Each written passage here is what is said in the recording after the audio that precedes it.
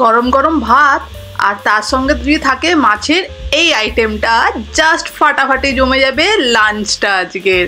তাহলে আর দেরি কিসের, চলো চটজলদি রেসিপিটা দেখিয়ে দিচ্ছি, তোমরাও বাড়িতে বানিয়ে খাও, সবাইকে চমকে দাও। সবার প্রথমে আমাদের এখানে বড় সাইজের একটু মাছ লাগবে। আমি এখানে ভেটকি মাছ নিয়েছি, তোমরা রুই কাতলাও নিতে পারো, তাতেও কোনো অসুবিধা নেই। এরপরে মাছটা ধুয়ে পরিষ্কার করে সবার প্রথমে পরিমাণ মতো নুন, হলুদ, একটু সামান্য চিনি অবশ্যই দেবে ফ্লেভারটা ব্যালেন্স করার জন্যে, আর তার সঙ্গে সামান্য একটু লাল লঙ্কার গুঁড়ো।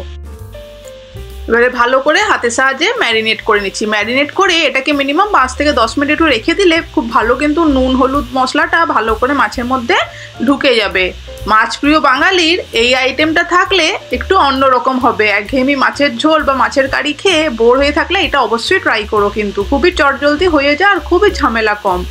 আমি এবার একটা বাটিতে 1 চামচ মতন টক দই ফেটিয়ে নিয়েছি, তার মধ্যে নিয়ে নিয়েছি 4-5টা কাঁচা লঙ্কা, 4-5টা কাজু বাদাম, আর লাগবে এর সঙ্গেই আমাদের 1/2 চামচের মতন জিরে, সামান্য একটু নুন। মাছে কিন্তু অলরেডি নুন দেওয়া আছে, তাই নুনটা বুঝে দিতে হবে। 1 চামচ থেকে 1.5 চামচ মতন কালো সর্ষে, আর 1 থেকে 1.5 চামচের মতন পোস্ত, আর তার সঙ্গে দিয়ে দিচ্ছি আমি বেশ অনেকখানি নারকেল। আমার এখানে কিন্তু এটা ফ্রোজেন নারকেল ছিল সেইটাই, বা নারকেল কোড়াও দিতে পারো, এটা কিন্তু নারকেল কোড়াই বেসিক্যালি। আর তার সঙ্গে সামান্য একটা ছোট সাইজের পেঁয়াজ, সব কিছু মিক্সার গ্রাইন্ডারে ঢেলে দিচ্ছি। চাইলে সামান্য একটু জল দিতে পারো, দিয়ে একটা স্মুথ পেস্ট বানিয়ে নিচ্ছি। মশলাগুলো কিন্তু আরেকবার দেখে নিতে পারো চাইলে, মশলাগুলো কিন্তু একটাও মিস করা যাবে না, সবকটাই মেন কিন্তু।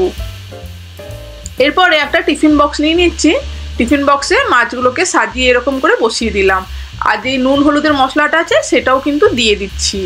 এরপরে যে পেস্টটা বানালাম পেস্টটাকে দিচ্ছি, পেস্টটাকে কিন্তু খুব ভালো করে দিয়ে সামান্য একটু মিক্সার গ্রাইন্ডারটা জল দিয়ে ধুয়ে আমি একটুখানি দিয়ে দেবো, বাট জল কিন্তু বেশি ব্যবহার করা যাবে না। আমি একটু যেহেতু মশলাটা পাতলা করেই বেটেছিলাম জল দিয়ে, সেই জন্যে অলরেডি কিন্তু মশলাটার মধ্যে একটুখানি জল জল আছে।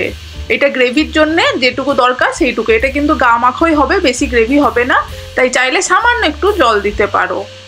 এরপরে ঝালের জন্য আরও একটু কাঁচা লঙ্কা একটু ডেকোরেশনের জন্য দিয়ে দিলাম।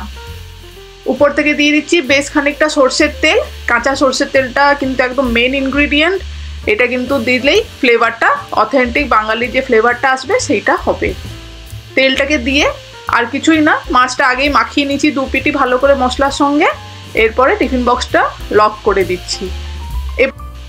এবার একটা গভীর পাত্র নিয়ে নিচ্ছি, তার মধ্যে একটা স্ট্যান্ড বসিয়ে দিলাম। এরপরে সামান্য একটু জল দিচ্ছি, জলটা যেন টিফিন বক্সের উপর অবধি না চলে আসে, জাস্ট নিচটাতেই থাকলেই হবে। টিফিন বক্সে যেন কোনো রকমের জল যাতে না ঢোকে, তাই জন্য জলের পরিমাণটা একদম কম রেখে এবার উপর থেকে একটা চাপা লাগিয়ে দিচ্ছি। এবার এটাকে একদম লো ফ্লেমে আমি 10 থেকে 15 মিনিটের জন্য একটু ভাপিয়ে নেব।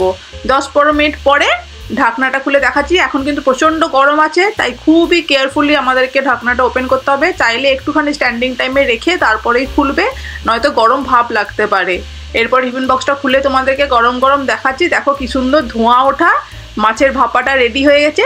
ভেটকির ভাপাটা একবার এইভাবে ট্রাই করে দেখো, গরম ভাতে জাস্ট ফাটাফাটি লাগবে। গরম ভাতে দুপুরবেলায় লাঞ্চটা খেয়ে সবাই ওয়াও বলবে।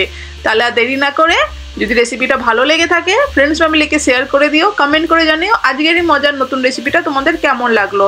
ভালো লাগলে অবশ্যই কিন্তু কমেন্টও করো আমাকে, আর সাপোর্ট করো, পাশে থেকো এইভাবেই।